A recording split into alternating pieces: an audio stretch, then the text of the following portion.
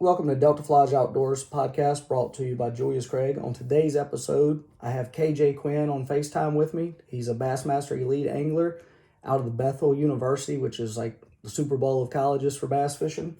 So, I think they've won a couple championships through it and everything. So, just delve into it. And how you doing, KJ? Doing well. How about yourself, man? Oh, doing good. Thank you for taking your time and talking to us today. We're truly appreciative of it. Yes, sir. No. I'm glad to be. Go ahead. Sorry. Oh, I was just saying I'm glad to be on here. Oh, thank you. Having me on. Thank you. Just talk. I'm gonna let you just tell us about yourself, man. Where did it start? Born and raised out of Catawba, North Carolina. Ever since I could walk, I had a fishing pole in my hand, and I've been fishing ever since I can remember. My dad and my grandpa, I can't thank them enough for everything that they've done and taught me growing up fishing-wise every day. That people be getting out of school, going and hanging out at, the buddy's house or doing practices for, basketball, baseball, yada, yada, yada. I was headed to the lake, and that's where I spent my time at. I spent all my time on the water, learning, and that's the whole key to everything is just having time and putting time in on the water. And I've put a lot of time in. I've learned a lot of information over the years. I've got to go through the high school fishing and did really well there. Actually ended up winning a national championship in high school and followed up and went into Bethel University. And, I got at Bethel University, and it was really an honor to be there because the guys that was there before me, they're just some straight hammers. I mean, they've won so many different tournaments, so many national championships and everything else, and it's just like to get to go there was a blessing for me. And whenever I got there, it was just incredible how much knowledge I gained. It's because Bethel's central location was in West Tennessee, a small little school, but the people that was coming to Bethel, Gary Mason, the coach, he recruited from all over the United States. So we got to get information from Washington, New York, Florida, Texas, South Carolina, North Carolina, Georgia, everywhere we got information. But the kids that were coming in are some hammers. They knew about the fishing, and they knew what it was about. So I got to actually take that to my advantage, and I would get, what's the best baits from Washington? What's the best baits from New York? What's the best ones from Pennsylvania? And got to go in and add that in to my fishing, my platform. And, I have some baits from North Carolina that's, some little secret tips, little baits that I've been using for years and years, and combined all that together and is very successful. And I believe that's one of the reasons why Bethel is such a, very successful college fishing platform is because they take information from all over the United States, and you combine that into one. And, fish are very similar. I mean, they fish about the same from all the way out west in California to the East Coast. Everywhere in between, they still have natural, their abilities and their instincts are just about the same. But there's different types of ways and techniques to catch them fish that might be a little better over here and might be a little better over there. But if you take something that might be really good in North Carolina and apply it out west, out on, in Washington or somewhere like that, it'll still catch fish, but it's something that them fish don't see all the time. You take something from Washington, bring it back to North Carolina, it's something that they don't see all the time, but it's something that still works very good. It works very well at other places in the country, and it makes it to where you can catch a lot more fish just by having something a little different. And that's one of the key things in bass fishing nowadays. It's not a matter of going out and, locating the fish. That is huge. It's a huge factor. You got to learn your electronics. You got to learn how to read it. You got to know how to see where fish are probably going to be set up at. But nowadays, it's not very hard for somebody to hop in their boat, and they got, 412s, 212s at the back, 212s at the front, and you scan down a ledge, and he's 100 feet away, and you can see that school of fish. Yeah. And anybody can turn around, they can get on their live scope, they can look, and they can see how many fish are there, kind of what they're reacting to. But being able to have something that's unique and different is a huge ball player. And, that's what I use all the time whenever I'm fishing. I mean, one of my companies is Queen Tackle. That's mine and my dad's company, but we deal in all strictly tungsten tackle. And with having that tungsten tackle, it's something that's different. It's something that's not everybody else's regular lead jig. When that jig goes down to the bottom and that head hits the bottom, or you bounce it off some rocks or a limb or anything, it clicks. It's a different sound. It's something that's different than everybody else in the brother is using. Same way with our Queen Tackle switch-bladed jig. When that blade comes back and it's hitting the head of that tungsten jig, it's a complete different sound than everybody else's vibrating jig. It's something that's unique, something that sticks out. And so the fish, that's what they want. They want something different because they've heard 1,000 rattle traps. They've heard, 1,000 different types of crankbaits. And sometimes just having something that's different really helps you excel. And I used, whenever I went through, I qualified after my first year out of college. Actually, during college, we come out with the Queen Tackle switch-bladed jig, and I had 2 prototypes, and that was it. It was a college tournament at Lake Gunnersville, and it was incredible. I had 28 and a half pounds, barely missed winning it, finished second, missed it by like a half pound. Whenever we were there, though, like, one of my buddies, he had just a regular vibrating jig, and I had mine, and it was like a 7-to-1 difference in it. It's just crazy the difference that it made having that tungsten bladed jig. And, I used it through college that whole year, ended up winning Team of the Year in Bassmasters, and went on after that to fish the Opens. And my first year on the Opens, I actually qualified through them and made it into the Elite Series.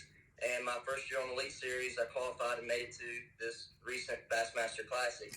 And congratulations on that. I mean, that's a big accomplishment in the first, Thank you very much. And throughout that, I used my Queen Tackle tungsten lures. I used something that was different, something that made me stick out from everybody else's baits that's getting thrown at them. And that's what's gave me a lot of my success, is having something that's different and unique.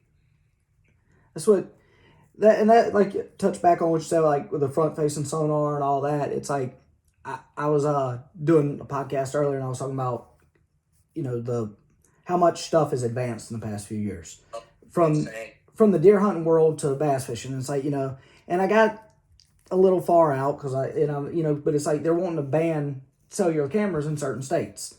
And I'm like, what's the difference in the cellular camera sending you a picture and the front facing sonar on your boat? Like, if you want, and I'm not trying to, I think we should use everything we have because, I mean, I agree. But it's like, what's the difference in the two?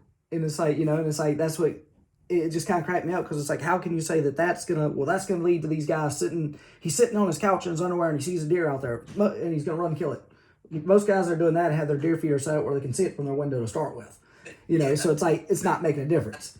Open up the back kid and aim out. It's like, just because you can see it on the screen doesn't mean you're going to make it bite.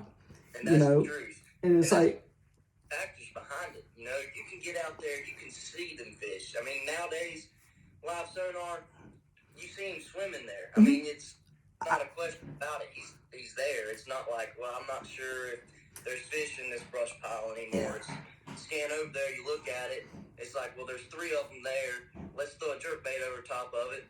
Well, they're not even looking at it. Let's try something else. Well, he kind of looked at it, but that's the wrong color. Let's try something different. Throw back in there, and he bites it. It's like, you got something figured out. And that's the whole key, is having something that's unique and different in order to catch those fish that you can see nowadays. Because not just, certain people that can see them. Everybody can see these fish. Yeah, nobody's got an advantage. Everybody's got it. And it's like, like some people, the proponents of that, they want to holler, oh, well, take all the electronics away from them, they wouldn't catch fish. It's like, you want to go back to the original days with, Martin, Mann,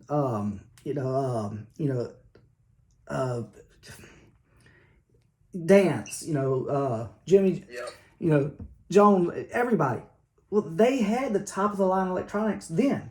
It's like, you take the old flashers. You might be a little young to remember those. I used to run a flasher back way in the day. I still know. Never had no other graphic except for a flasher. Yep. If you know how to run it, it's deadly. It's deadly, and it's like I have a 2001 model Bumblebee that I run, and my flasher still works on it. most the boats that back then didn't, in 2000, early 2000s, didn't have the flasher still. This one had the flasher. Mine still works. I'll use it every now and then because I understand it. But I have I put the Panoptix Garmin on it last year.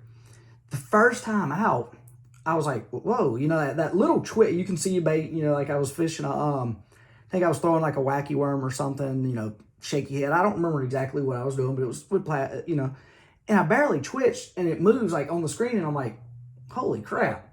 I didn't pull that hard, and it was just an eye opener right then. That little bit within the first 5 minutes, I was like, I'm barely, so it's making that much of a difference there. That's okay. That's why I'm not producing the fish that I should be producing when I know there's fish there.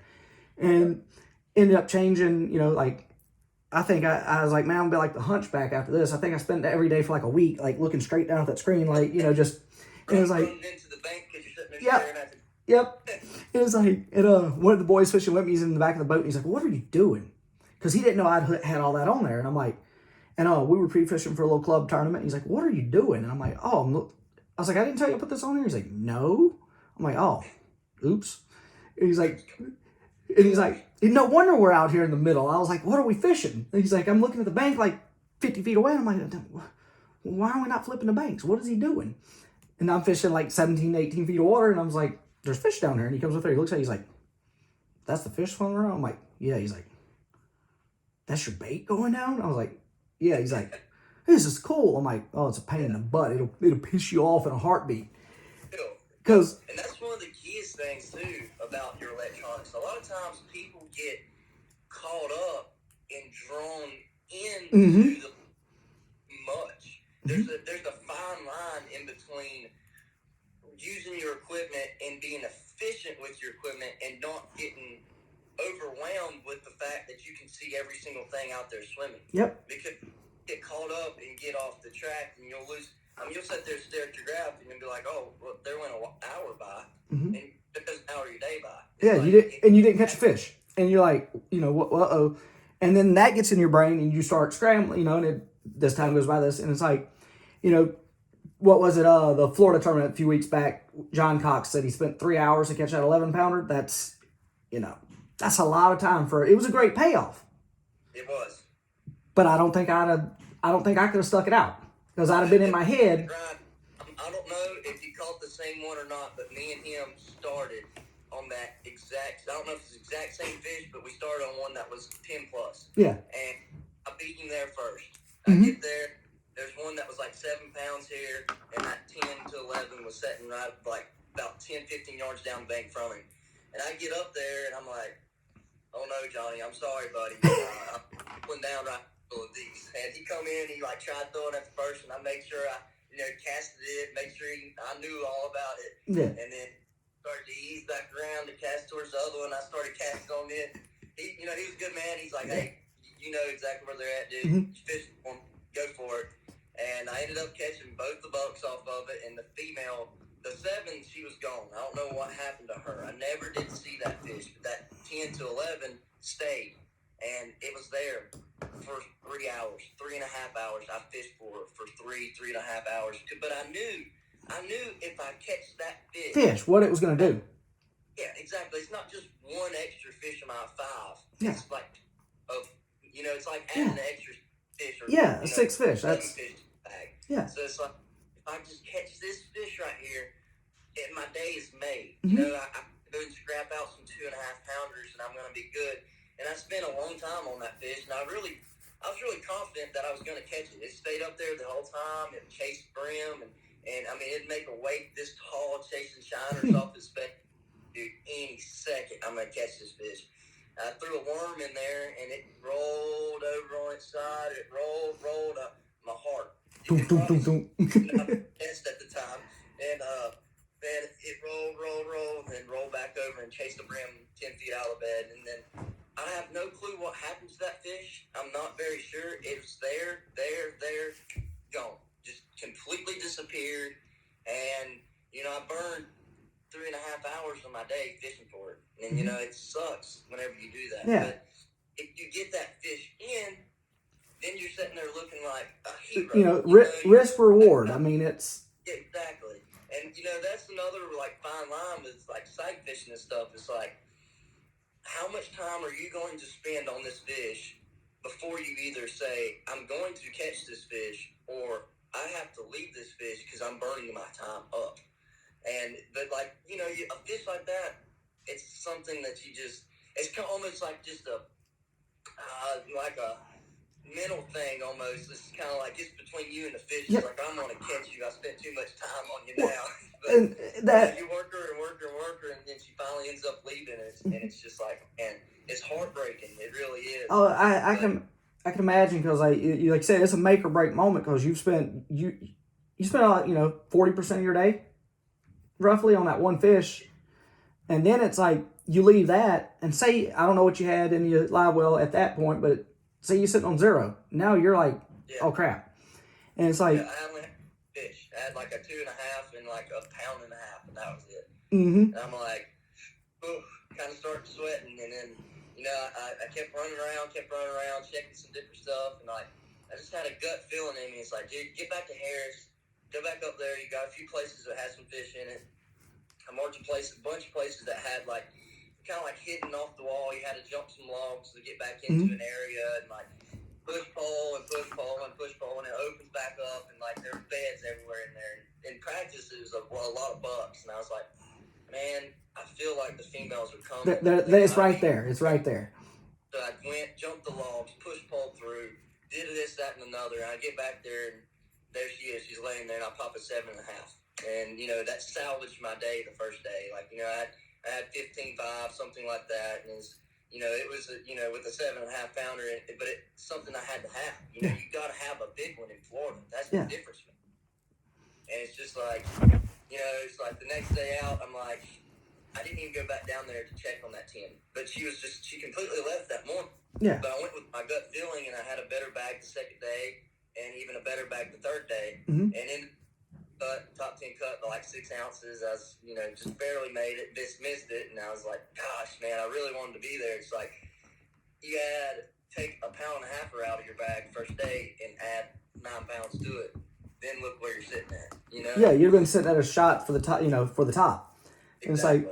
It's like, so that's, like, so with electronics and everything, and it's like, you can have, like the old, the old saying, like, hard work beats talent when talent doesn't work hard. And it's like, you can have your electronics, but if you, like you stated earlier, if you don't know how to use everything that's at your disposal, it does you no good. It's like talking about the bait, y'all's y'all's style of clickbait. Years ago, I was fishing on Lake Darball, and Ruston, North Louisiana. I was in the back of a guy's boat, and we both flipping jigs. It's like February, March, I don't remember. And like, he's just tearing fish up. I'm like, what we throwing? What's the problem here? Like, well, go to looking at it, and I knew him. We were friends, and I looked, and he's like, here, I'll give you one. His jig, he had put a sponge under the skirt and glued it to the head. So that sponge was kind of bubbling, and he would put his scent in that sponge. And it's like, that, it was killer on that lake. And I'll throw it every now and then on like a hard jig bite, and it'll pick up some fish, because it's just something they don't see. And something different. And it's like, putting something like that in a tube or whatever. Same concept. And but yeah, he was doing it with a jig, and I'm like, why is this dude catching so many fish on a jig? Like, what's he doing different than I'm? That was the only difference. And he's like, as soon as I switched to that, I started catching more fish. But it was like, just if he hadn't did that, and he shared the information with me, I'm like, dude, really? He's like, man, I went to college up here, and he's like, and I used to fish it all the time because they had a camp on it. He's like, and I was drunk one night and invented this bait. I'm like, good way to put it.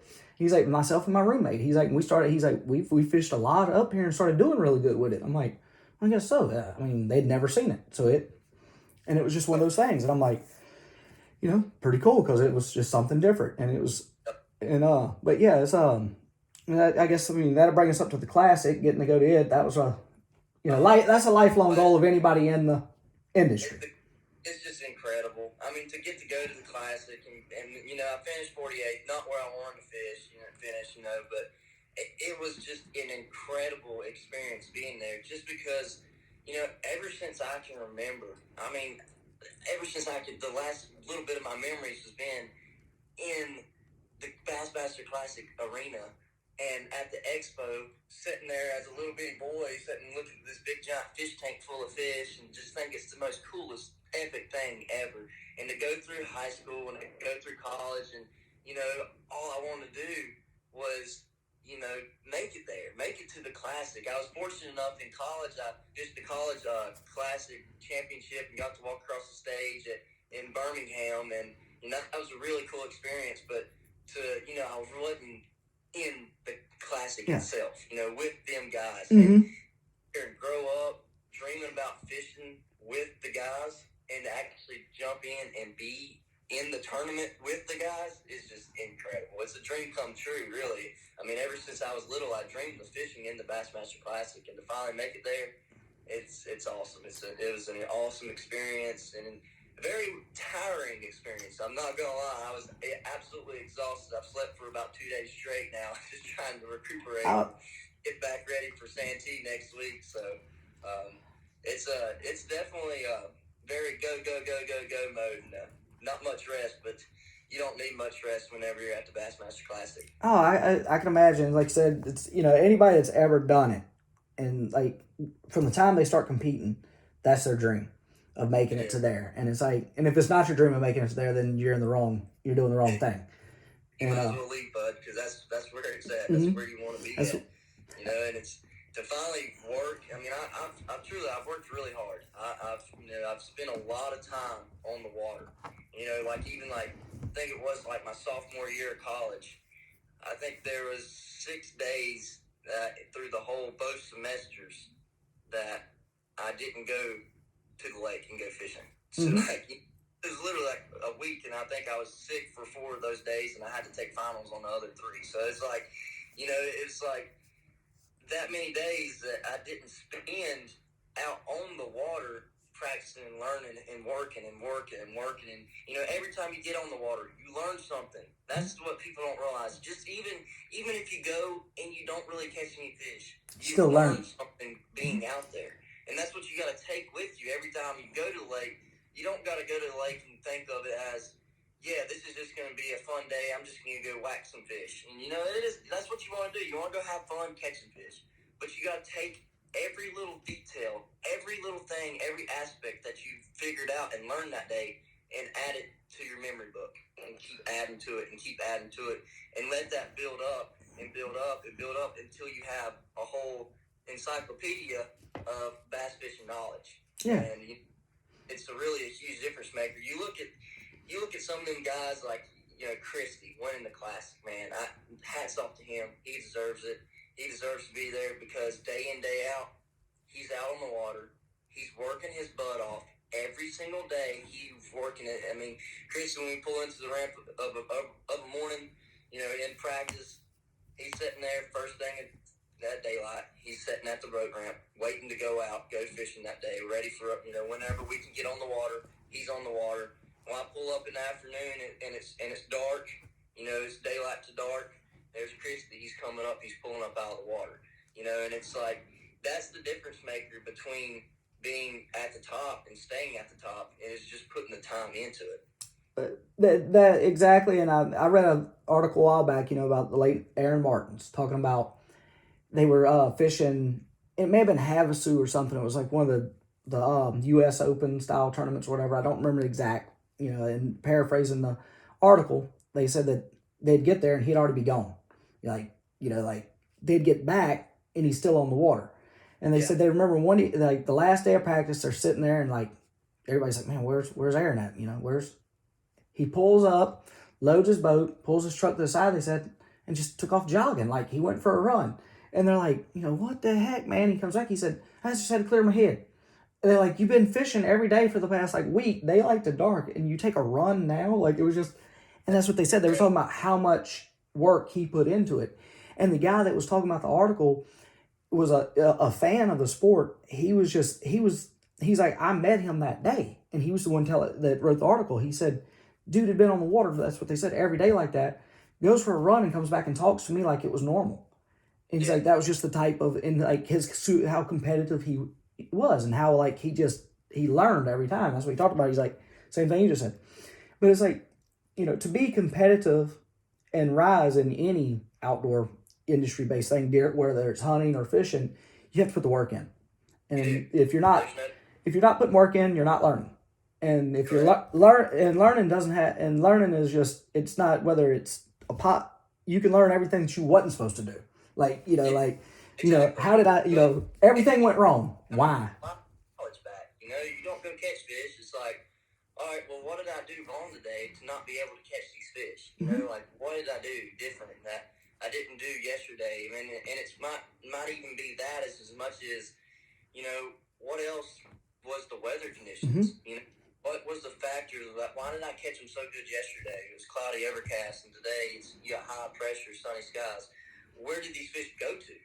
Like where did they back out to? And it's really just trying to stay, in tune with the fish. You got to stay, with the fish and know what they're doing, where they're going to, and staying with the biggest factor. And this is one of the biggest deals with fishing, for me at least, and I know a lot of other guys, they've talked about this, and it's, you have to play it by the day. You don't play it by the memory. You don't play it off of history. You don't play it off of past knowledge. Now, don't get me wrong, past knowledge is really, really good. It's really nice to have, local knowledge about different stuff, this, that, and another, but if you're not playing it by the weather conditions of that day, you're already hurting at the get-go. You got to study and stay off the conditions. And I noticed that last year whenever I was fishing the elites, it's like a cloudy day, the smallmouth, Champlain and St. Lawrence, if it's cloudy, you better stay out deep because them suckers weren't getting up shallow and feeding. If it's bright and sunny, you better get up shallow and get out from being out deep because they were up shallow feeding. And it's just like they changed every single day of the tournament, even during the tournament. You might have cloud cover in the morning, and them smallies might be out deep, and then the sun breaks out for an hour or 2 hours. And they move. They move so fast. Yep. It's an instant change. Yep. The fish move, they go, they feed, and that's how they learn, or that's how you learn to follow them, is not by, how you did 2 days ago off this hole and caught all these fish, this, that, and another. Well, it might be, but what was your conditions then when you were catching them 2 days ago, and what is your conditions now? And if they're not there, where did they go to? Yeah. Where it's moving to? And that's one of the hardest factors for fishermen to really comprehend and break down and learn, because everybody goes out there, I'm bad about doing it too. You'll go out here and be like, oh man, well this point is just such a good point. I've caught so many fish off this point. Like I know they're gonna be one here. And and it's just, and the weather conditions don't set up for it. And you're sitting there trying to force a bite that's not even there. And hurting yourself because you're sitting there saying, well, I know this is really good stuff. Like I know they should be one here, but if the conditions don't put the fish there, they're not going to be there. And that's one of the hardest factors in fishing, is getting past that, kind of the stubbornness. We're all a little stubborn. And the fish can be stubborn too. Exactly. You got to get past that stubbornness of trying to force a bite, and instead of going with your gut instinct and just running with a bite and running with a pattern. See, it's like one of the things, like, might just be me in my head. It's like I know when I go out, if I catch a fish in the first few casts, I'm like, uh-oh. Because then, like, they say they quit, say you don't catch any more, and you're like, well, why did I? And then you fight yourself getting away from that bait because you caught one or two right off the bat. And it's like, so if I start my morning off and I catch one or two right off the bat, I'm like, uh-oh, I'm in trouble. Like, let's throw it down and start over, because like I know I don't want to get hooked to that one thing. Yep, and it's like, that's right. I mean, it is, and you can get caught up doing that very easily. And here's, for example, this last classic. I'm down there fishing, catching fish left and right. Probably caught 40 or 50 fish second day of the classic. It was just insane. Caught tons of fish. My thumb finally starting to heal up from just they were raw and bleeding after the tournament. And I was out there catching fish out of herring. First thing that morning, I went with my gut. I'm like, we got cloudy, overcast, nasty conditions. When we had this in practice, I was out in 40, 50 foot catching big, giant, largemouth out of herring. And it's like I was catching good ones doing that. So I kind of like, all right, I told myself the night before, I said, dude, you need to go on the bank, throw your switchblade, go get back in some mud, and you'll catch you a dang bag. I'm like, that's the way to catch a bag, is to go back in the mud and go do it. And I tried, that morning, get out there. It's overcast, cloudy, real nasty. Check my first drain. They're not in it, but the herring, I could just look at my Panoptics. I could just tell they're all at the top. So I'm like, all right, well, I know where they were schooling at the other day in practice. Let me just go check it out. I went by the first day, and there was no fish in there at all. Went in there again. They're up just schooling, busting herring. I get in there and start catching some good fish, but it's like 2 pounder, pound 3/4, 2.5, 2 3/4, 2 pounder, pound 3/4, and then like I whacked on them for a long time. I sat there and caught fish, and I could see them. I could see fish in there with them that were big heads, big spots that were eating herring. You see them shark and their backs come out of the water. Those are big fish. And any second, you're just telling yourself, all right, how many of these fish do I have to weed through before I catch a big one? How many do I have to weed through? How many do I have to weed through? And you're catching them and catching them and catching them and catching them. You're like, man, and you're calling by ounces at times. It's not the big calls that you need to be making at the Classic. And I let myself get caught up in having fish completely school 360 around my boat and be sitting there seeing big ones. And I tried forcing that bite and forcing it. And I went to the other section of the lake, same different, I'm like, I finally, like, they were still feeding. I'm like, after catching 20 of them, I'm like, dude, all right, I'm just not cold. I got to move. I got to find the bigger fish. And I move, go to a different section. They're doing the same thing, different section. Whack on them, whack on them, whack on them. Catch another 15 of them. They still, I'm culling at that place, the ones that I had before, culling them out from the first place. And, I'm still culling like, a 1/4 pound here, a 1/4 pound. It's just like, it's not enough. And I kept trying to force that bite. And I'm like, finally at like 2 o'clock, I'm like, dude, you told yourself what to go do today. Go freaking go do it, man. Go get on the bank and throw that switchblade. And I go back in some muddy water, and I pick up a crankbait. And I'm like, all right, not even thinking about it. The day before, I did lose a 6 pounder on it during Classic. Had it all the way up the side of the boat. Went down to lip it, had my thumb on its lip, and the crankbait flies out of its mouth. I dive head first in the water, grab it by its tail, and it swims out of my hands. And I could have cried. I mean, I'm telling you, I was just devastated. I've been there. A 6 pounder at Hartwell, that don't happen, like that's rare, man. And I had it in my grasp. I had it there, and it slipped out of my grasp. And, I picked back up my crankbait, and I started fishing.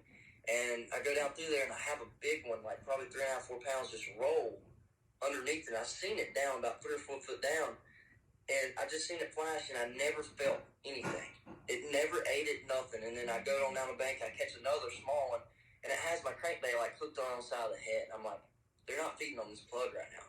I'm like, go with your gut feeling, pick up that blade. You told yourself to throw the blade. Pick it up. I picked it up, go down the bank, like 4 or 5 casts later, catch one like 4 pounds.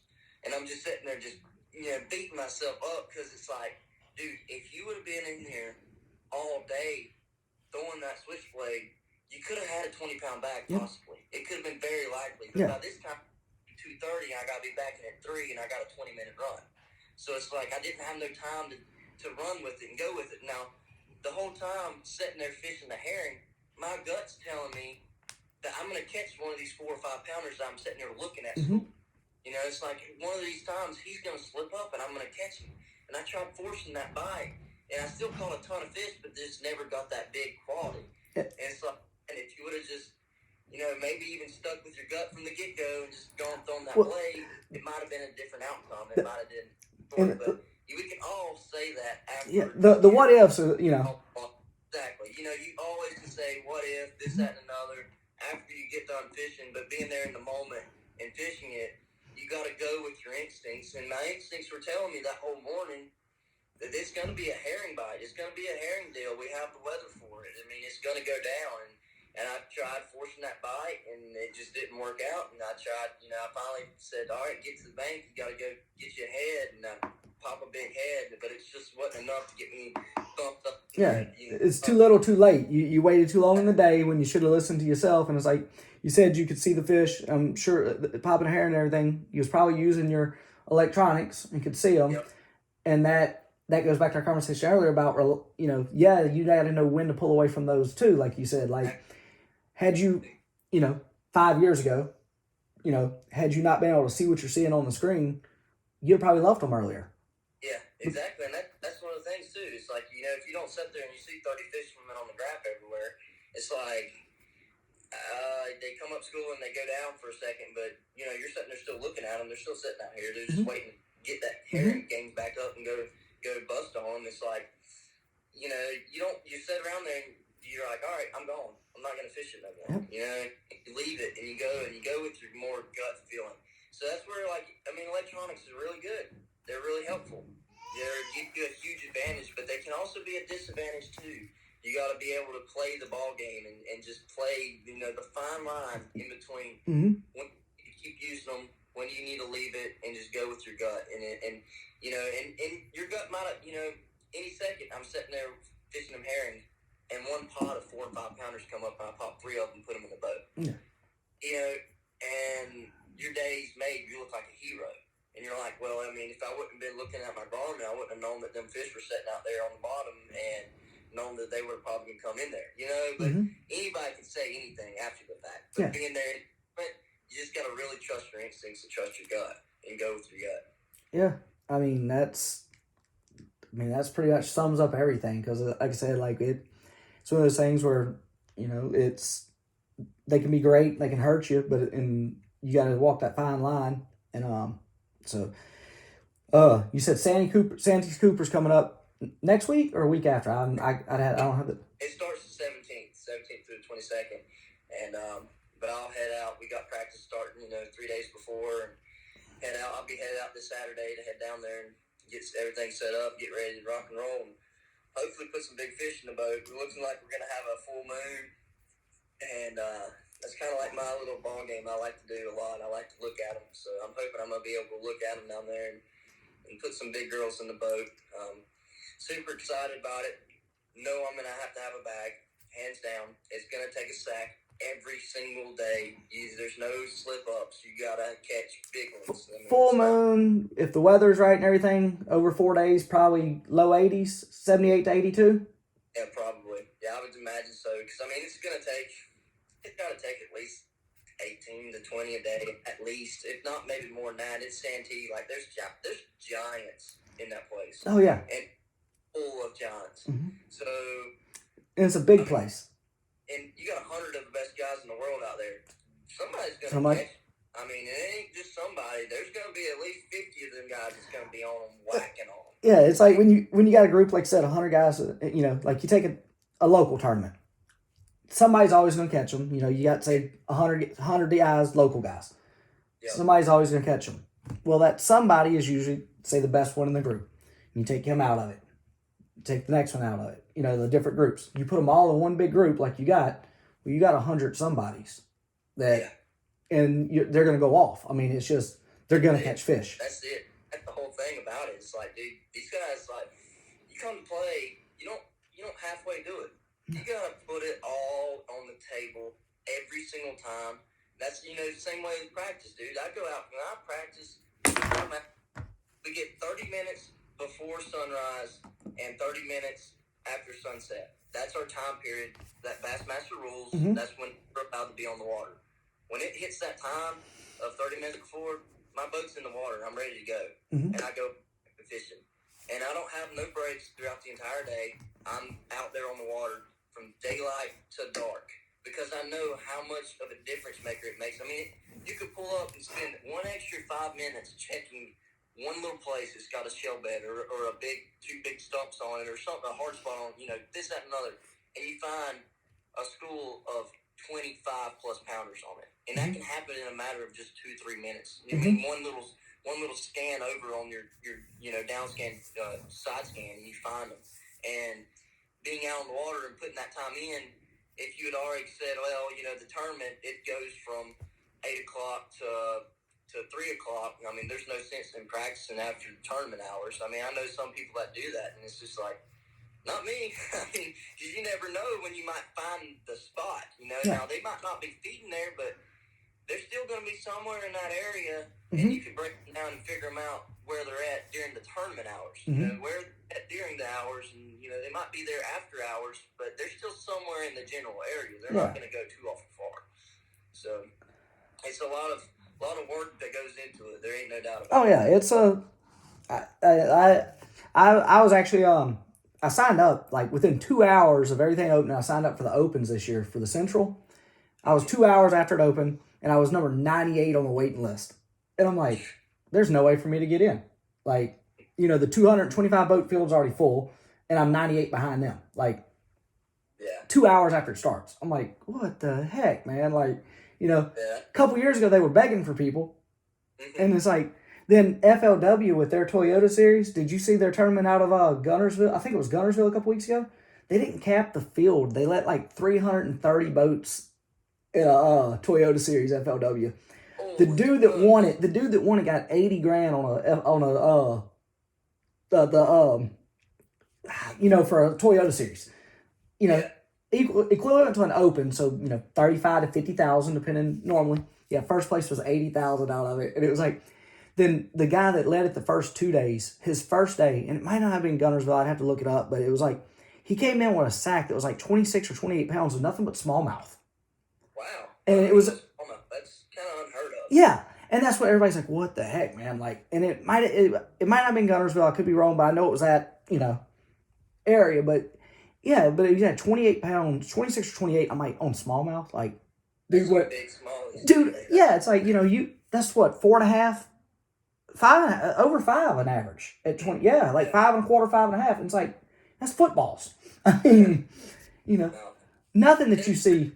Produces some big giant smallies. There ain't no doubt about that. But that's like, that's from pushing some big bags. Yeah, to get, and his second day was like a 23. Then his third day, he didn't, I think he finished like third or fourth. And the guy that was like third or fourth ended up winning it. But it was like, they didn't cap the field. It was like I said, it was like 330 boats. Because they were like, everybody kept signing up. So they're like, we're going to run it. And they were able to talk them, like they did their other permits to allow it because they usually cap theirs at like 225 or something like that. And it's like, but yeah, it was a 3-day Toyota series. And I was like, and so you look back a couple years ago and bass fishing, I think college, the college fishing and the high school teams and everything it's helped a lot because you get more recognition into it, and like you're seeing, way more people get into it than you were 2 or 3 years ago. Because it's like when you fish the opens in 2020, y'all probably it wasn't a full field in every one of them.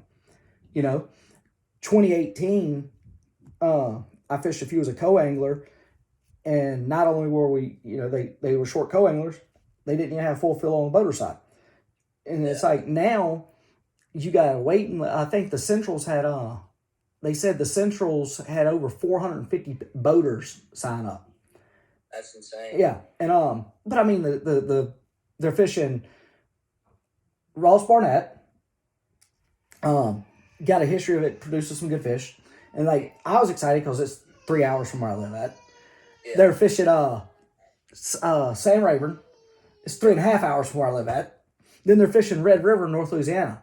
My wife's family has a place up there, so 15 minutes. So I was like, it's home for me, all three. And like I said, I didn't get in. And I was like, well, maybe next time. And I laughed about it, but it's like that many people. Like every division, though, they said the Northerns, the Centrals, and the Southerns had more than the full field sign up in the Bass. So it's like, the sport's come a long ways in the last few years. And it's like Fox picking up some of the stuff. Wasn't it Fox picked up airing some of the tournaments, I believe? Yeah. That has helped a lot. And at the same time, though, it's hurt a lot. And this is, maybe you can correct me on this if I'm wrong. To me, it's hurt a lot because you got guys that are starting to fish the opens that don't have the dream that we were just talking about, from the time they were a little kid of being in the Classic. They want that YouTube fame and that fame of being there, like we're going to put it in, like they're trying, you understand what I'm trying to say? And and it's like, they're not there for, I get their reasons. I understand their reasons, but they're not there for the reasons that we would have. Especially, like, your reason was at my... Reasons. Do what? It's the dream come true reason. Yeah. And it's something that you've been dreaming about. I mean, for me to be here, be able to fish the leagues, man, I've dreamed about that. When teachers ask you in school, what do you want to be when you grow up? I tell them, I want to be a professional fisherman. You know, like that's what I told him growing up. That's my exact words. Every single time I got asked that, it's like, dude, I want to be a professional fisherman. I want to go do it. I want to grind and I want to work for it. And you know, even like the opens, like you know, we fished them, and the competition that year was insanely tough. Christy and all them boys. Hackney, Christy, it was Martin. And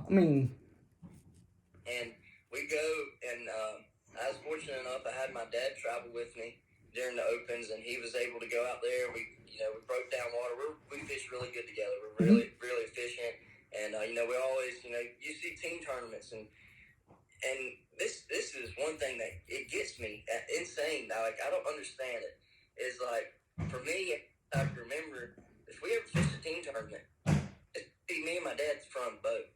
Like there's no like. Hey, there's no front and back. Yeah. Back boat, and you cast from the back of the boat, and we'll see what we can do today. It's no, we're up there at the front. We're helping each other out. We're breaking it down. You cast an underhand. I'm casting underhand. Whichever side we're on, you know. And it's just like it makes a difference. You know, it truly makes a huge difference. And it's just like people don't realize that. People will go and they'll fish a team tournament, and they're putting themselves at a disadvantage. You're handicapping yourself because you're fishing against each other instead of with each other, and it's like, you know, and it's just like, man, I don't see how people do it. I don't see how people fish from the back of the boat in a team tournament because I mean, I would just be like, man, we're just wasting our time. We got to get up here. Let's do it together. It's a team thing. This is a team. We're gonna, if we do good, we're gonna help each other out in this. And it's just, go ahead, son.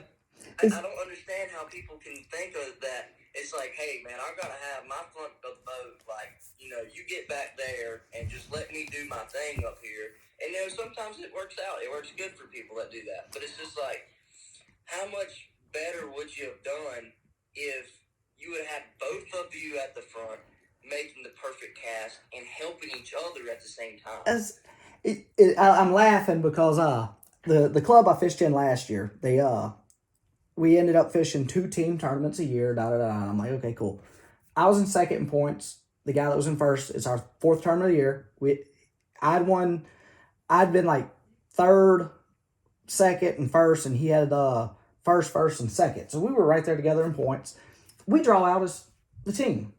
And I'm like, y'all, and I asked the rest of the club, I'm like, y'all are okay with this? I was like, because I kind of contested. I don't want to fish with the number 1 guy, and I don't think he would want to fish. I said, I don't want to fish because I want the chance of moving up on them, not us going up together. Yeah. I said, but y'all do realize, like, if we win this one, it's really going to, you know, like, mess y'all over.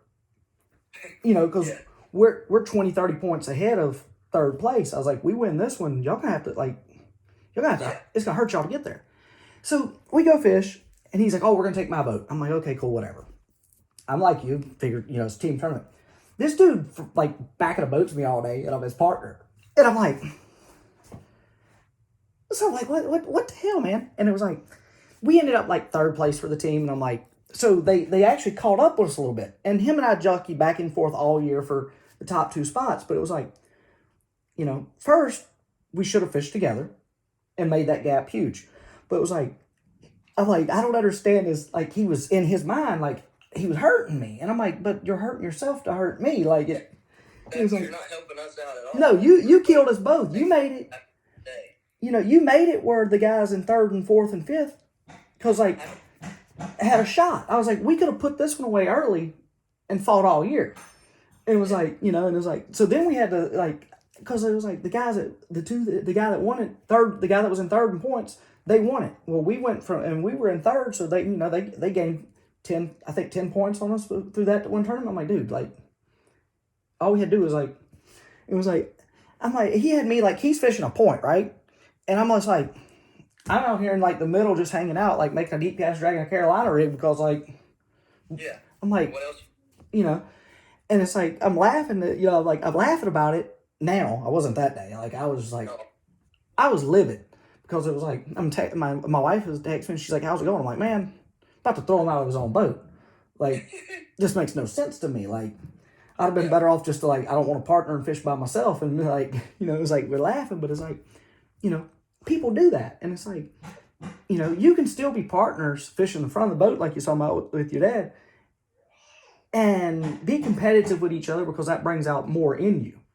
you know, and it's like when me and Dev was out fishing together, it's always, well, I'm kicking your butt today. I've caught 10 and you caught 9. And it's like, well, bring it on, son. I'm going to catch 10 more. You know, it's like, it's always been that way. But just the competition-wise, makes you strive to do better. It makes you, want to do better.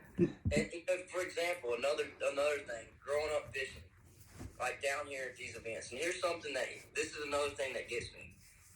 They'll have these tournaments where they say, no pros allowed, no pros, we don't want no pros in the tournament, we're going to make this even, no pros fishing. Growing up fishing, I grew up fishing against Hank Cherry, Shane Lineberger, Shane LeSue, I can name off probably 10 guys. It's like Elite Series pros that I've fished growing up.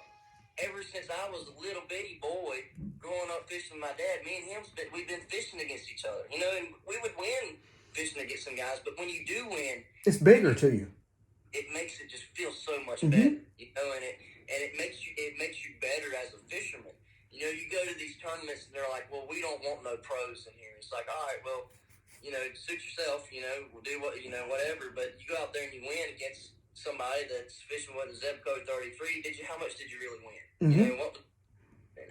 It's like, and you're not going to get no better. No. It ain't going to make you strive to do better. It's like, you got to make it where it's a competition to do better every single time on the water, because it's going to make you a better fisherman at yourself.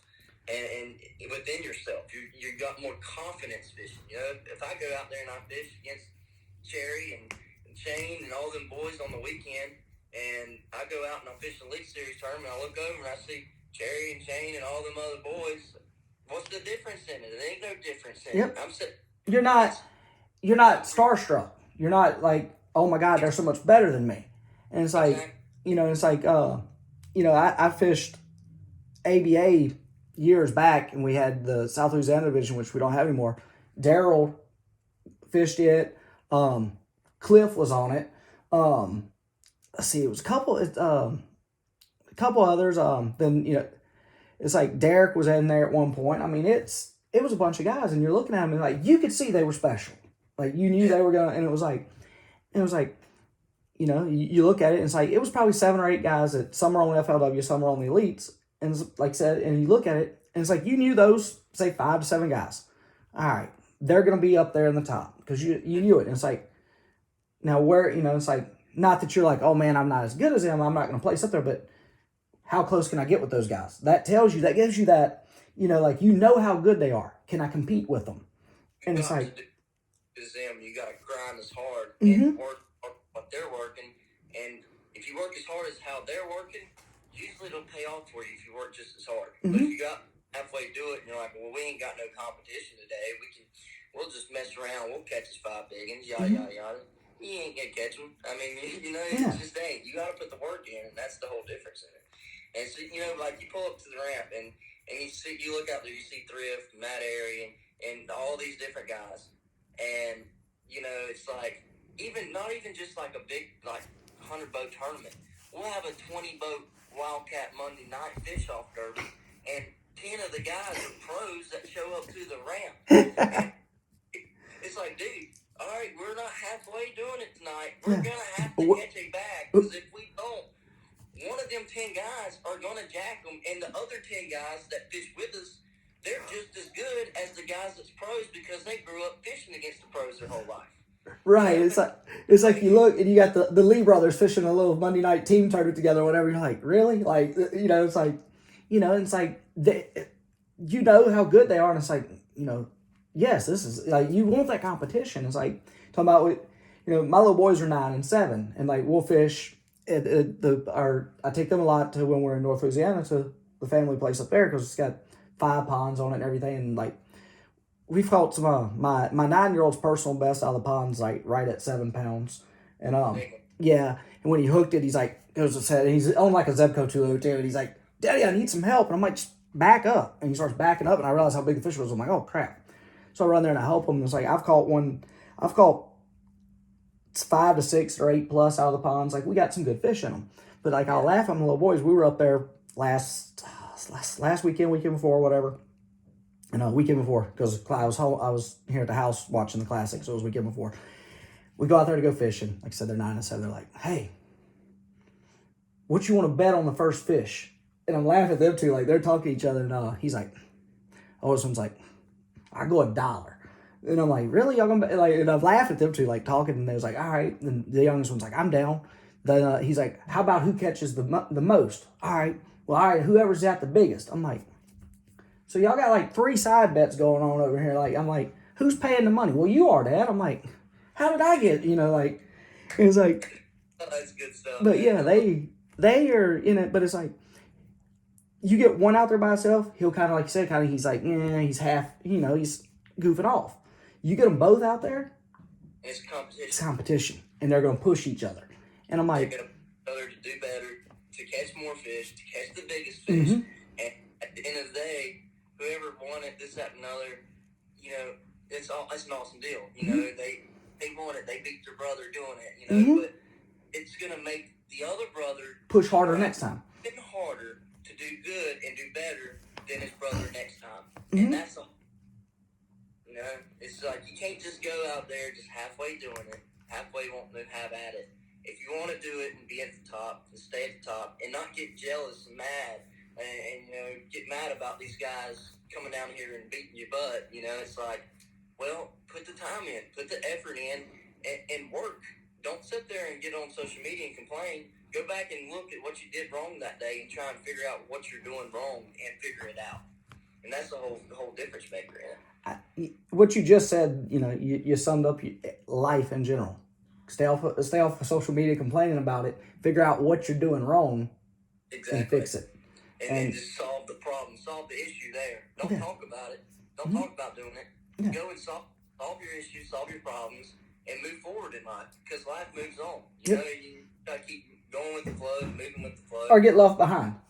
Exactly. If it's the Lord's will, it's the Lord's will, and He'll, it is what it is. When it's His time, it's gonna, it's nothing you can do can stop it from happening on His time. Like, the saying, like, and it's like, you can hinder it and slow them down, but it's still gonna happen. And it's like you can. And it's like talking like and I'm getting at that because it's like you get guys that everything to them's going wrong in that tournament, and they come in at the end of the day and they won it because it was their time, and they could or they could do no wrong. You get one like and it is that way, man. It's kind of crazy. Like when you do get a win, it's just like everything just goes perfect that day. And you can still lose fish and miss fish, and you're thinking you're doing bad, but all of a sudden you stumble in, you pop 2 big 4-pounders back to back, and it's like, you're coming in there looking like a hero. But a lot of times, I've had a lot of tournaments that all the way up until, check-ins at 3 o'clock, 2 o'clock, you ain't got like a limit in the boat. And end up winning the tournament in the last hour of the day. And it's because you don't stop. You can't let your body stop. You can't let your mind get psyched out of it. That's one of the biggest factors in fishing, is just having confidence the entire time and not letting your mind throw you off the path of what you do. And you got to focus on what you're doing. It's like grind. You never know what might happen. They can come up schooling out of nowhere, and you catch 3, 4, 5 piggins and 5 casts, and your whole day's made. Yep. And you look up going in instead of getting your head down, being in the slumps because you ain't called them. It's 12 o'clock. You ain't called them, and you're already giving up. You can't do that. You gotta be grinding the whole time. And sometimes you grind and you work hard and you fish hard and you come in the day and you get your butt kicked. But that's just part of it. It's fishing. It ain't called, it ain't catching. It ain't catching. It's fishing. And it's like, or like you're just whacking them like pow, and then your mind's like, man, if I'm catching them like this, everybody's catching them like this. Everybody's got it. Then, that day happens and you get in and like nobody else was catching them like that, and you're like, wait, okay, what just happened? It's like, what did I do? The lunch money, boys. Yeah, it's like wait, what did I do different than y'all? Like, what was y'all doing? Because like, what was y'all doing wrong? Because I mean, like y'all had to be messing up. They were biting. It was like, it's those days, or like, like you said, that 11, 12 o'clock. It's like, a while back fishing a little local, and it was noon, I think, and our weigh-in was 2, 6 to 2, and it was like noon. I didn't have to keep her in the boat. I've caught like three or four dinks. I'm like, sat down a minute. I'm like, what am I doing wrong? So I was like, okay. Switched complete styles. Like I was throwing everything. So I switched back from like, I had a couple short strikes on like a, like a creature style bait. I was like, so I switched to like just a straight, it was actually a Zoom, the new trick worm, like the Z3 and the bold bluegill. Switched to that, and the next 8 casts I had a limit. Yeah. And I'm like, and I was fishing back down the same area that I had just went through. Yeah. And it was like, practice fishing at Rayburn a while back. Went through an area, throwing a bait, went through, didn't catch anything, and I'm just pre-fishing. Coming back out, same bait, different color. Caught 3 fish. Just went through there. And I'm like, what made the difference? Like, was it the color or was it the angle? So you got to step back and look at that. And it's like, if I was going north to south and wasn't catching a fish, and then I switched and go south to north, and I switched baits, And this is your sunshine. Mm-hmm. What's the position of the sun? What's the clouds doing right now?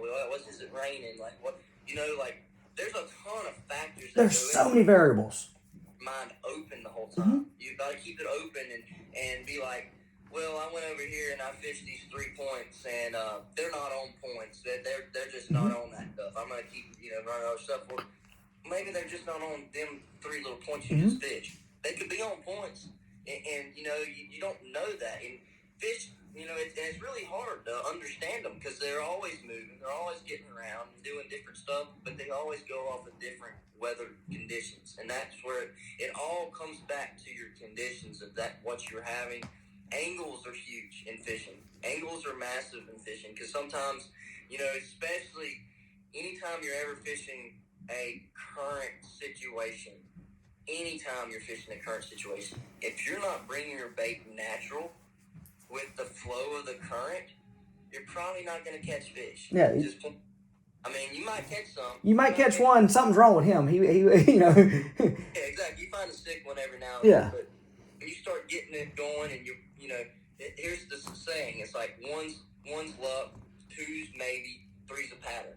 All right, and you're running that pattern, but you got that bait. If you're fishing any type of current, and it's like, all right, well, this current break right here, I throw up and I let my worm drift back in there nice and slow, and it goes back in there. Boom, you get a bite. You go around, you go to the next one, you run across the lake. Well, the current's going opposite direction or something, and you go and you throw, and you're like, you bring your bait back through the current break, and you're like, man, why wasn't you in that current break? Like, why wasn't you there? Mm-hmm.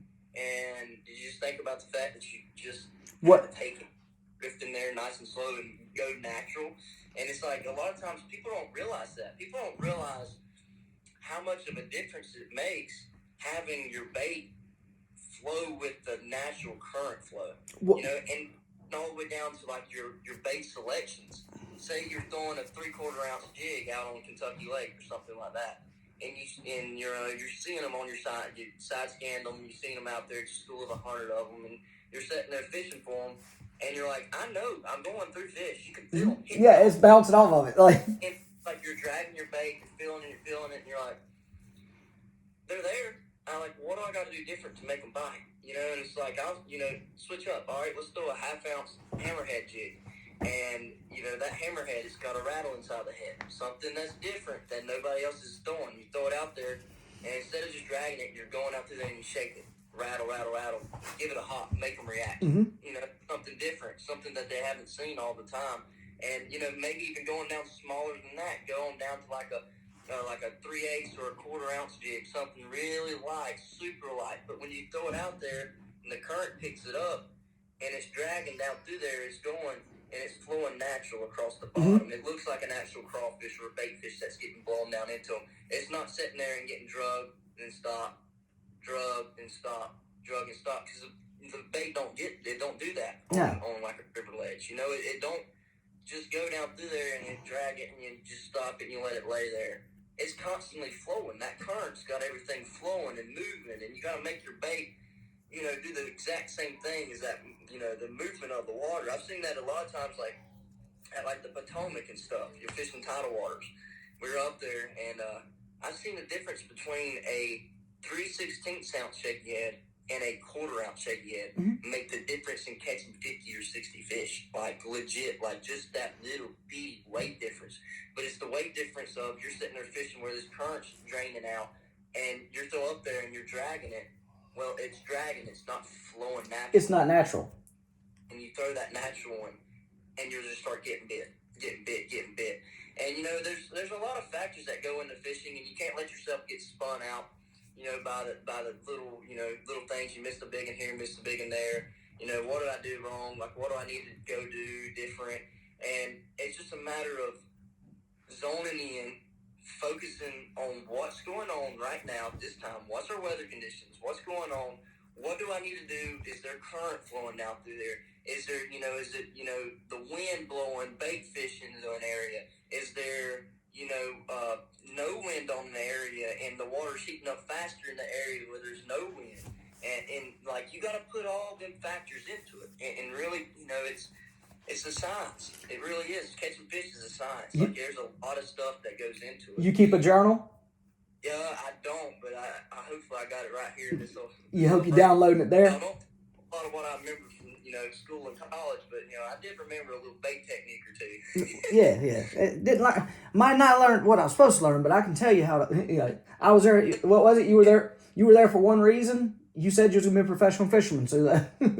That's right. That's right. And I mean, I went through, and I'm not saying I'm not, you know, smart by no, I'm messing with you. That's 0.3 GPA, you know, and I worked hard. You know, there was days that I would go out there, and I spent from, you know, as soon as I got out of class, I'm headed to the lake, and I'm going out there fishing on Kentucky Lake and just whacking on catching fish, you know. But when I got off the water, I still knew what I had to do in order for me to stay and be able to do what I'm doing. I'd sit down and I'd do my schoolwork, you know, and I'd get my work done that I need to get done. Like, you know, it's not a matter of putting everything off, but if you have an opportunity to go and get out there and work, and it's like, you know, it's pouring down rain, who cares? Go out there. Go do it. You know, I wear my buck and bass rain suit. Never have an issue with it. When I'm out there on the water, I never get wet, period. So if it's raining, it's nasty, it's just terrible conditions, I don't care. I'm going. I'm not going to sit at the dang hotel and wait for it to blow off.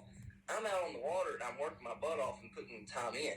But, you know, when it comes back off time, where time is that I'm not going to be able to on the water, do your other work. Get everything else done that you need to do in order to make sure that you get back out there and you're going to get to go out and go fishing another day.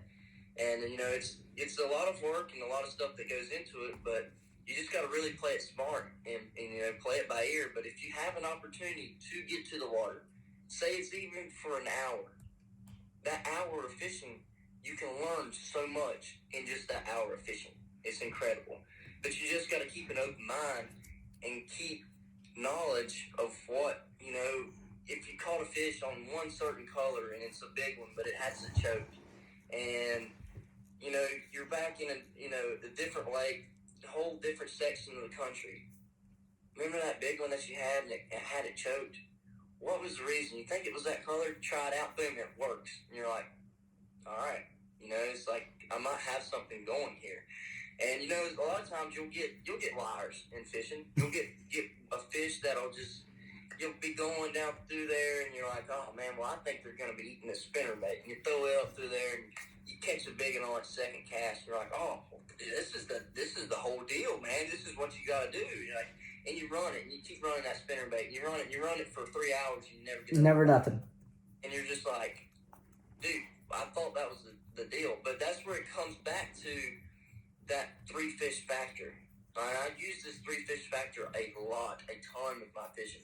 It's, you know, 1's luck, 2's maybe, and 3 is, you know, you got a pattern. You got something figured out. And especially, you also got to pay into attention, too, as well as, like, the healthiness of fish. So you're going along down through there, going down the bank, and you catch just a skinny little random do-nothing fish. It's like, all right, was this fish really here for a reason? Because there's fish are always at a place for a reason. There's a reason why they're there. Was he there for a reason, or was he sick and he's like, you know, not feeling good, dying, or something weird like that, and you just got lucky you caught him? But then you start going and you start running more patterns, running that same stuff, and you catch like 2 more fat fish off of it. And you're like, all right, there's a reason why these fish are here. They're feeding for a reason. And that's the whole thing with bass fishing. There's so much that goes into it. There's a ton that goes into it. But the only thing that a fish needs, you got to have oxygen. You got to have usually clean water. Dirty water, sometimes they'll get in it. But as long as it has good oxygen, it don't matter. Good oxygen, cleanest water, bait fish or some type of food source. You have those 3 things, usually you'll be able to get around and catch some fish. But without having those, just keeping that in your mind, like even when you're just going fishing and you just see like, oh, well, there was a little bait hit out there. Well, there's some bait they hit out there. There's bait in that area. Mm-hmm. If you're in the area and you just see there's nothing popping, there's no bait activity. You just gotta go through and be like, dude, I'm not where the fish are at. Like, we gotta go find some food, because that's what them fish. That's all they care about. They care about eating. I mean, they're just like me, you and me, man. When you get hungry, you gotta eat. Well, yeah, it like you can go with fishing or deer hunting on it. The what is it, like your chart where it tells you your best feeding times, your minor feeding times. There was a lot of scientific work that went into that, and it's pretty accurate. I mean, and I know back in the 80s, Bass did a lot of extensive work with it. Early 80s, maybe mid 80s, where they would have their guys, when they came in, fill out a chart. When did you catch this fish? Like what good? And then they'd go to looking at, well, there was a time frame. Yeah. And, and it's the same thing with deer hunting. And it's like, I laugh because I'll look at that chart and it's like, if major feeding times at 3 a.m., you got a good chance of catching one. If you're hunting over beds, then you're going to catch him slipping back to his bed. Yeah. But if you're hunting over a food source, you're wasting your time being out there because he's already ate and went back to bed. He's already done. He's done. And it's like the fish, if it's, if they're, like, it's the same concept of it, because say you got, like you said, 5 points you're fishing. You hit the first one at 6 o'clock and there's nothing there. Then 7 o'clock you hit another one, 8 o'clock. Well, you rotate between those 5 on an 8-hour day. You're going to catch fish at 1 or 2 of them through that 8-hour day, because you're going to catch them when they're fired up, eating and moving and doing. And that's the thing where, I guess the average guy, he's going to hit one spot because he has a history with it, and he's going to stay with it. And he might catch 1 or 2. But it's like you could take an area that, like you said, you fish Kentucky Lake a lot. There's probably, I'm just going to guess and say, you got 20, 25 favorite spots that that they're going to produce. You're going to hit those 20 to 25 spots first. You're going to go through them. You're going to spend a few minutes each one. You're probably going to roll back through them. And it's no particular order. Like, just because you want 1, 2, 3, 4, 5, you're not going to turn around and go back to number 1. You're going to bounce off of them. But eventually, out of those 20 spots you hit, you're going to pick up your limit of fish, because they're going to turn on at one or the other. You're going to catch them right. And it's like, figure out your pattern. You might have some really good places. You got really good places, but maybe you go and you hit 5 places that's really good, and then you go, and in the 5 places, they're all like a little different, and you catch off the one of the 5 places. Mm-hmm. Well, what made that place different? You figure out what made it different. Study everything around you, your environment, everything, and maybe let's go fish another 10 more of these places that I know is really good. Let's go fish another place that sets up just like where I just caught that fish at. And that's where you get your pattern at. You get your pattern off of learning what made that place good. And it's different than every other one. Why they're there, what's the reason for them there. Let's run it and run that pattern of why the fish are there. And usually you'll have a lot more success because you're running off of the pattern. Yeah. And then there's usually like a pattern within a pattern that you're going to figure out. And it's like, well, I don't want to rush you, and I don't know how much time you got, but I'm going to ask you a few questions, and we'll go, and because like I said, it's what's your best advice to give somebody that wants to do what you're doing? Keep fishing and putting time in on the water. If you don't put time in on the water, you're not going to get better, and you're not going to learn. Just got to keep your head up. Don't let it get down. You get get in the slumps about it. It does you no good. I just lost a big 6-pounder in the Bassmaster Classic. That hurts. It hurts bad. But hey, guess what? I got another one coming up at Santee, and I'm hoping I'm gonna pick that big fish that I missed down there and put it in my bag and add 4 more big ones with it. And just keep a positive mental attitude the whole time. You don't want to get down in the slumps and get pissed off, this, that, and the other about it. Stay positive. You get to get out there and be in the Lord's creation. You get to be in the great outdoors. You get to be out there experiencing, something magical, and just take that to consideration. Be thankful that you get to be out there fishing, and put the time in, put the work in, and work your butt off, and it'll pay off in the long run. All right. Favorite, like, it's your go-to bait. What you gonna? Go-to bait, no doubt, is 2 of them: a clean tackle flipping jig, 3/8 ounce cream pumpkin green with a Zoom creepy crawler trailer or Zoom speed crawl, and a clean tackle 1/2 ounce switch-bladed jig with a Z-Crawl Junior or a speed crawl. And I like them in green pumpkin green or shell cracker, one of the 2 colors in them. And that's my go-to. I've used it all through college, all through the opens and on the elites. That's my go-to. I use that. I put it on a 7-1 for my flipping jig, medium heavy DCBR rods, Jinko DCBR rods, super lightweight rod, extremely light. With that tungsten, you're dragging it through. I got it on Strike King Contra line, and with that fluorocarbon line, super sensitive, super light rod, super sensitive rod, and as soon as he bites it, I know when he bites it. There's no question about it. The line's too sensitive, the rod's too sensitive. Boom, he hits it, I know. And even if he comes up to it and blows it, smells it, I can feel that. I can feel the difference in that. That's what I was going to say.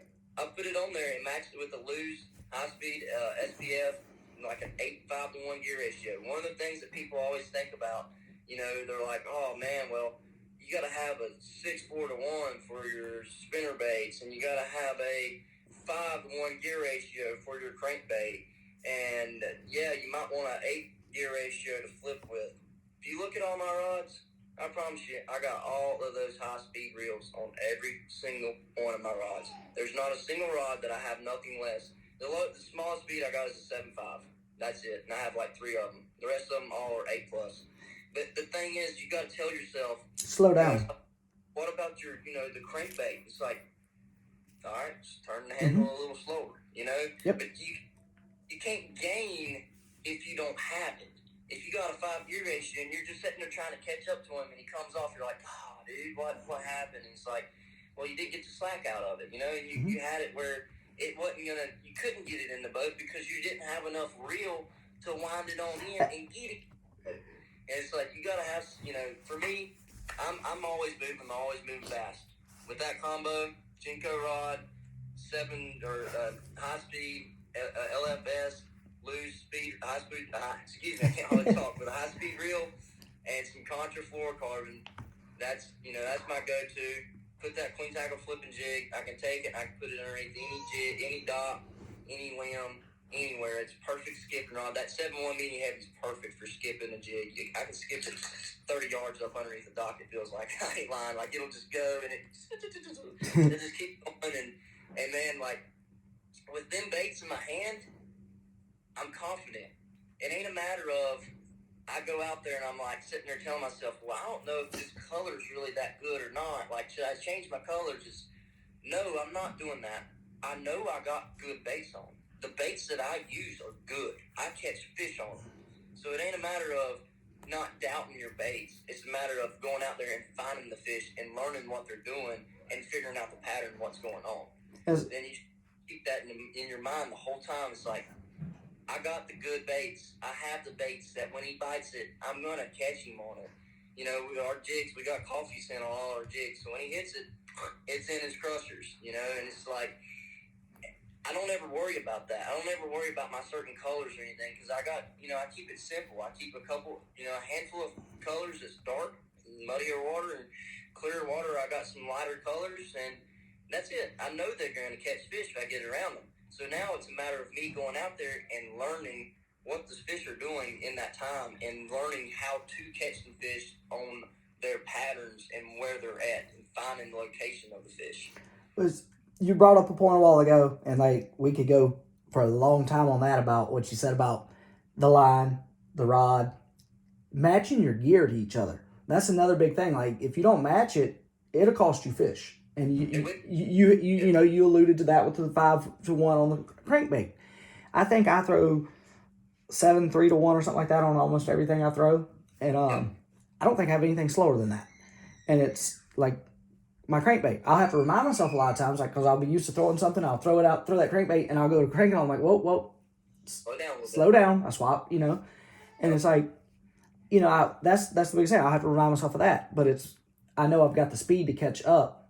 It's like you take those, you got a cousin, he throws spinning gear all the time, and I chuckle at him because like fish is running, and he's on that little spinning reel, and I'm like, you want me to troll up to him? What you want me to do, bud? Like we gonna chase him, like, because he's running, you can't get him, he can't get caught up to turn him or whatever, and it's like when he gets caught up, I'm like, I could have had that fish in a boat and boat flip, like it's like, and it's like, and I'm not, spinning gear has its place, like that because it's everything has its place, and it's like, but everything, if you match stuff up, you're gonna make your production level go up, and the whole key in fishing is being very productive with the time and material. Percentage game is you take out all the extra time, the extra time that your bait's not in the water, and you add that in, and you cancel all that out, and you focus on your percentage of doing better, what's going to make me do better and be more efficient. Mm-hmm. Being efficient water is everything. And for me, example, I run the new Gambler G22. That boat I'm running, I can run 80 miles an hour down the lake. That's a big difference between you going and say, all right, well, hey, we got to make an hour run, and you're running 60 miles an hour, and I'm running 80 miles an hour. That's an extra 20 minutes. Mm-hmm. That's there and back. That's 40 minutes. Yeah. 40 minutes in run time out of just running that different boat, and it gives me an advantage. It gives me a step ahead. And being an R level, you gotta have advantages. That's why I use my queen tackle with the tungsten, man. It gives me an edge. I know for a fact that tungsten makes a difference, and I use it religiously, and I use that in my fishing platform where I'm fishing at. Like I know mentally, I got an advantage over somebody, even if they pulled in front of me and fished down through there. I know I can take that switchblade and go right behind them. I can catch them because it's something different. And just having that difference is huge and a huge player in the fishing industry, especially nowadays, because a lot of people know how to do it. We have social media. There's so much. They know, how to go do it. But having something that gives you the little difference, gives you a little bit of an edge, is sometimes the difference maker in winning the tournament and not winning the tournament. Well, yeah, it's like you used to have, like, as the pros, they did stuff a little different than what everybody else did, and it was kept kind of in-house. Well, now with so much social media, it's like, what was it? A few years back, everybody with a buzzbait. Now, a few years back, started ripping the skirts off and putting something on run on that way. Well, everybody does it now, but several years, it's been around for a long time. But not everybody knew it, and now it's everywhere. You go to Academy and buy a Strike King. What is it? Strike.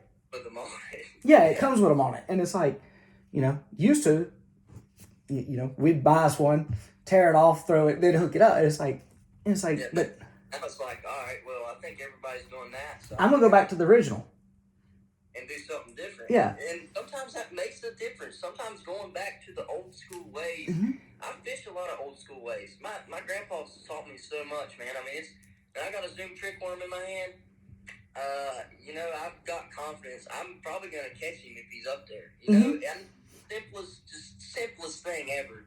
But I got so much confidence in it because it's very simple, but it's something that fish will always usually eat.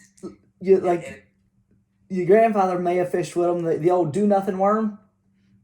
I'm sure he probably did. It literally, and that's what it was called, a do-nothing worm, and it come pre-rigged with like 2 hooks in it. The 2 hooks in it? Yeah. It's called a do-nothing. Broke out the top of it? Yeah, and the guy that invented it, sometime in the 80s or whatever, or mainly made it famous. Like, something about it, he's like, you just do nothing. He's like, and it's like, when you feel it spongy, that's a fish. It was like, it was like, and it's like, if you look, that's coming, that was back in the day, that was a big, like I said, your grandfather probably fished it some. Now people are doing it again. But it's like, most of the stuff you see is repetitive cycle. It's like, man, they were doing that 20 years ago. But it's a lot of the younger crowd. I'm 37, you're 26, 7? 25. 25, okay. So, 12-year difference in us. There's stuff that's, you're seeing now that, I've seen, and it's just, it's coming back around. And it's all a big rotation, but sometimes being in that rotation, being in there with it, but having something that makes you stick out of the rotation and give them something a little different in the rotation, it'll make a big difference in catching a lot. Like with the clickbait, the chatterbait, that was being a little different is big in that world, because it's like I fished with a boy in one of the opens 2018. I was a co-angler and we was fishing, I think, Barnett. He was throwing chatterbait and like the reeds and weeds and everything in the grass. It was different. I didn't have a chatterbait, I'm like, we're in a community hole. There's 20 boats around us. This dude's culling fish. Nobody else is catching anything. I'm in the back of the boat. Like, I'm throwing everything I've got. I'm trying to be completely different than him. Bite here or there. He's just murdering them. Everybody around's looking like, what is he? And and it was like it's like I think he after day 2 he was in like the top 3 or 4 because of that day. He had a just great day.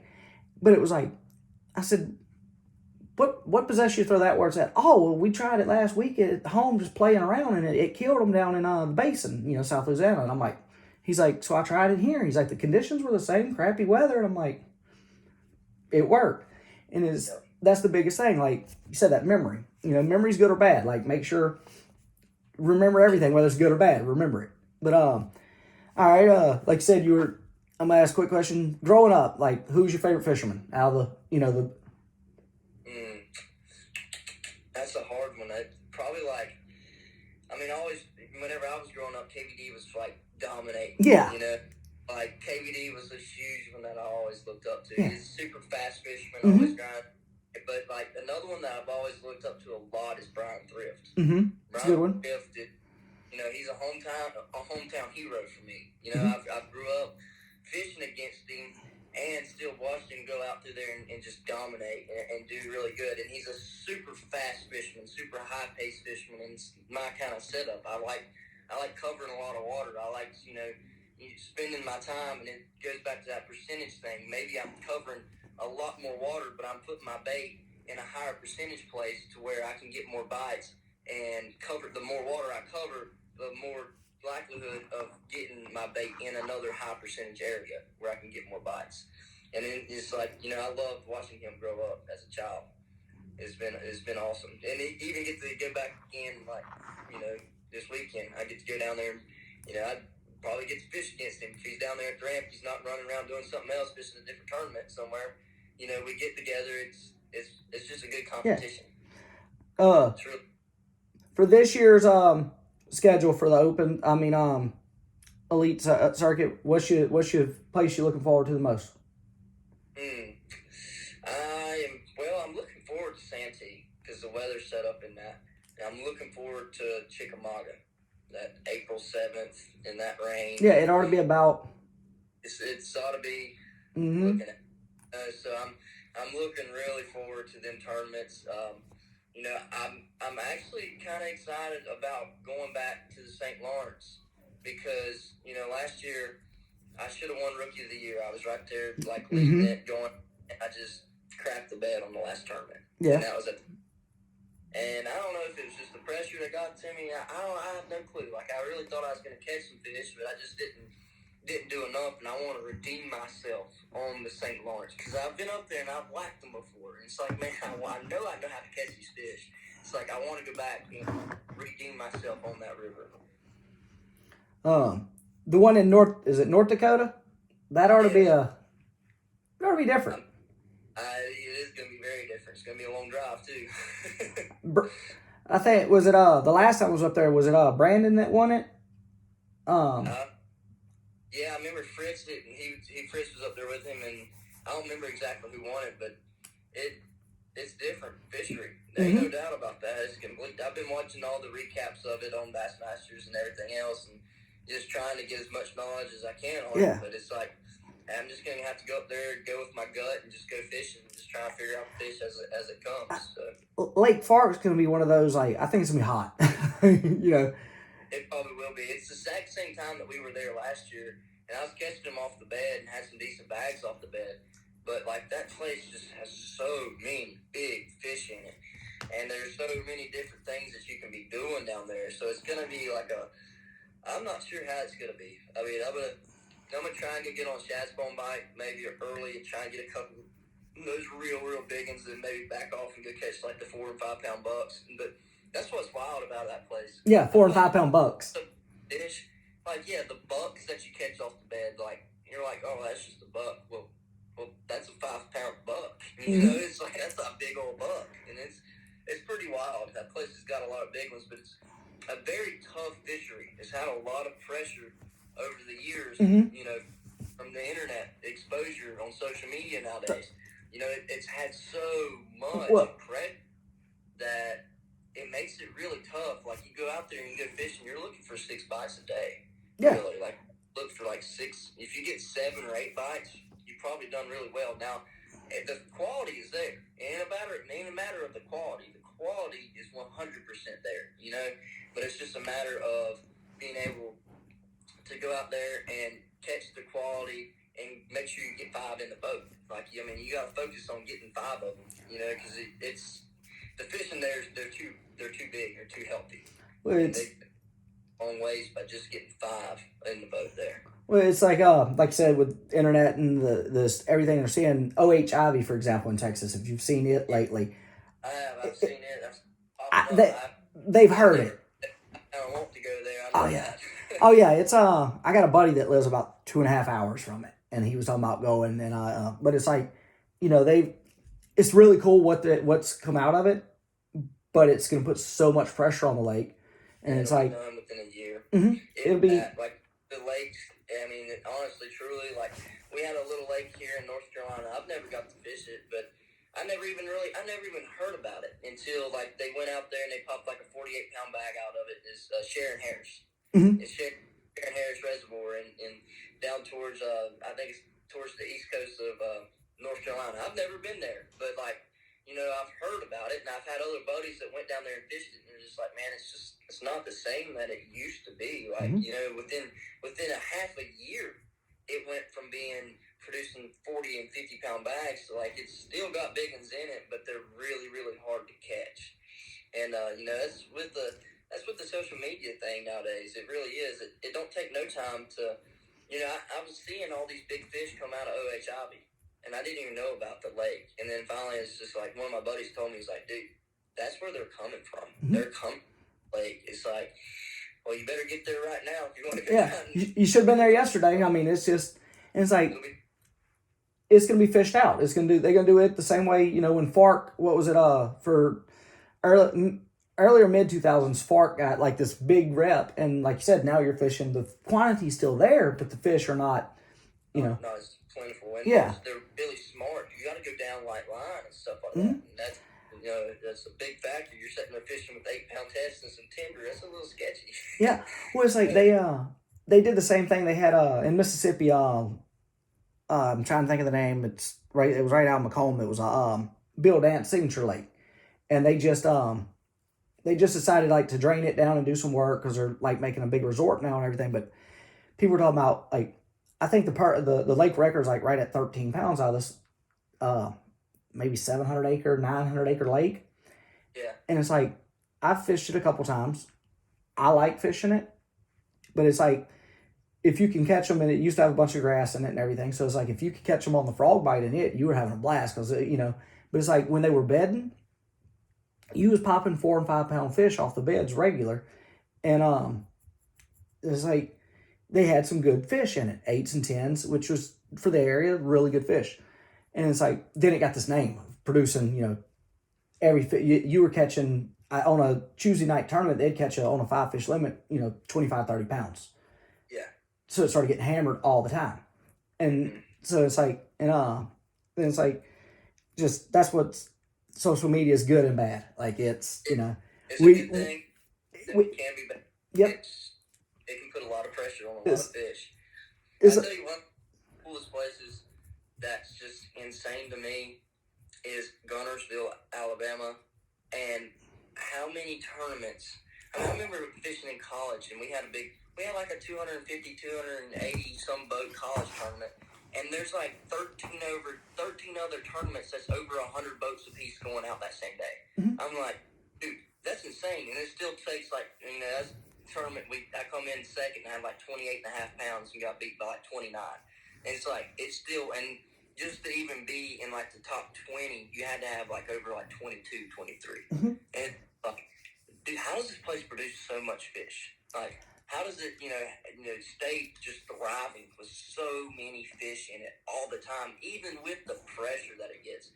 It's like, think if that lake got off limits and was closed down for like a year or even a half year. Yeah, 6 months to a year, what it would have. It really would be if you could go. Well, it's like, Sam Rayburn right there in Texas. You go there and it's like I said, every Saturday and Sunday there's 10 tournaments going on. It's just like tournament after tournament after tournament. It's like I was there January of 21 for the FLW, the one day what do you call it, the cowboy division there. The one day cowboy Saturday tournament had 230 boats going out of it. And like what was crazy about that tournament was crappy weather. We had like 5 footers. Like it was horrible. And what's crazy about that lake is if you're going out of the north end up at Humphrey Landing, and if you're going out of Humphrey and like you got to go out into the lake to go anywhere, and like if it's a north wind coming into there, you're gonna fight waves. It could be like a 10-mile-an-hour north wind and it's gonna kick your butt. You could have a 20-mile-an-hour north wind and you're going out of like Boykins or something like that, and it's perfect. Like it's not smooth, but it's like 2 footers. It's like, what the hell, It's like, but it was really cold and just crappy weather, and that's when Derek Monday put up the like 42-pound sack or whatever, and I was there, and he had like a 13-4 as his kicker or whatever, and it's like he caught all his fish in 15 minutes that morning. And was watching them on. He said it's a spot about that. He talked about it a little bit. He said it's about the size of a tabletop, and it holds some good fish. And it was like the end of the month, he won that one. The end of the month, he was fishing the 3-day out of the 3-day one now there. That's like the opens. The first day he came in with like 18 pounds, and I think like 12 pounds, and I think Jason Kahn was fishing it or whatever. And I know Kahn's his last name. I think Jason's his first. He's a guide on Fork. And he was fishing it. The second day, they both came in with like 34-pound sacks or something. And it was like... That's crazy. Yeah, and it was like, they both... And I think Derek had like a 10... he had a 10 that day. Then on the final day, he had like a 12. And it's like, dude, really? Like, it's like... He knows the lake. But it's like, that lake produces... And it's like... It used to be like... That's how OHIV's going... doing like Rayburn's like that, produced a bunch of big ones. Now it just gets hammered all the time. I don't think it happened with Ivy because it's not as big, but it's like that's going to hurt it too because they're just steady. And there's no pressure. All the pressure's going to be there, and there's hide and go. Yeah, and Texas has done an outstanding job with their like reproduction with the fish and everything. Like their Sherlunker. A lot of other states need to get involved in that. It's like, I'm from Louisiana, and it's like there's no reason we shouldn't have we have some of the best fisheries in the world, but don't produce these giant fish. And it's like, then like bass, for example, with like Red River up in Shreveport, they'll come and fish that. They won't hardly fish at all down south anymore. Just like when y'all go to Sabine, it's off limits to the Louisiana side due to the fact that there's so much private waters. And it's like, we're the only state that has private water. And it's like, and literally like you go fishing somewhere and like, you go say and it's been as bad as like you go fish somewhere this week, then go next, and that canal is private. Go a month later and it's private. It's like, what the, it's like, it's a whole other ball game down here when it comes to private water. But it's like but the fishery in itself should be producing monster fish, but it's just not ran, you know.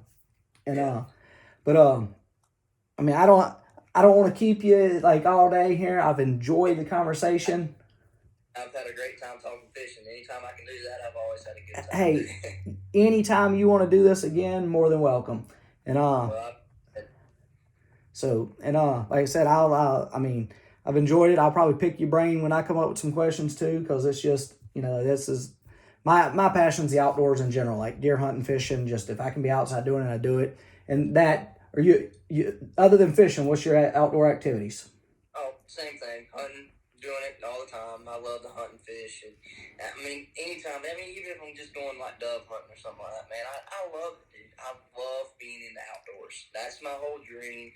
I love to be out there in God's creation and enjoying God's creation, because it's beautiful. If you actually just sit down and just take a deep breath and you sit there and you just look around, it's like you pay attention to all the little bitty details. Mm-hmm. And you just look at the base of a tree, and there's some moss that grows up on the side of it, and it just goes all different directions, and it's just the craziest thing ever. And it's like, man, that was created by the good Lord. And it's just like it's awesome. It's incredible. I love doing it.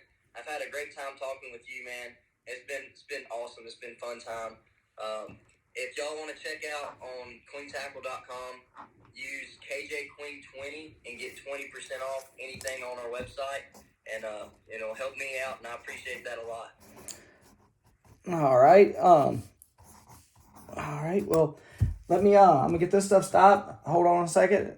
Like, this is Julius Craig with Deltaflauge Outdoors. We had KJ Queen in here today. It's been an amazing time. Look forward to picking his brain on some other stuff and keeping up with him this year and seeing how he does on the elite circuit.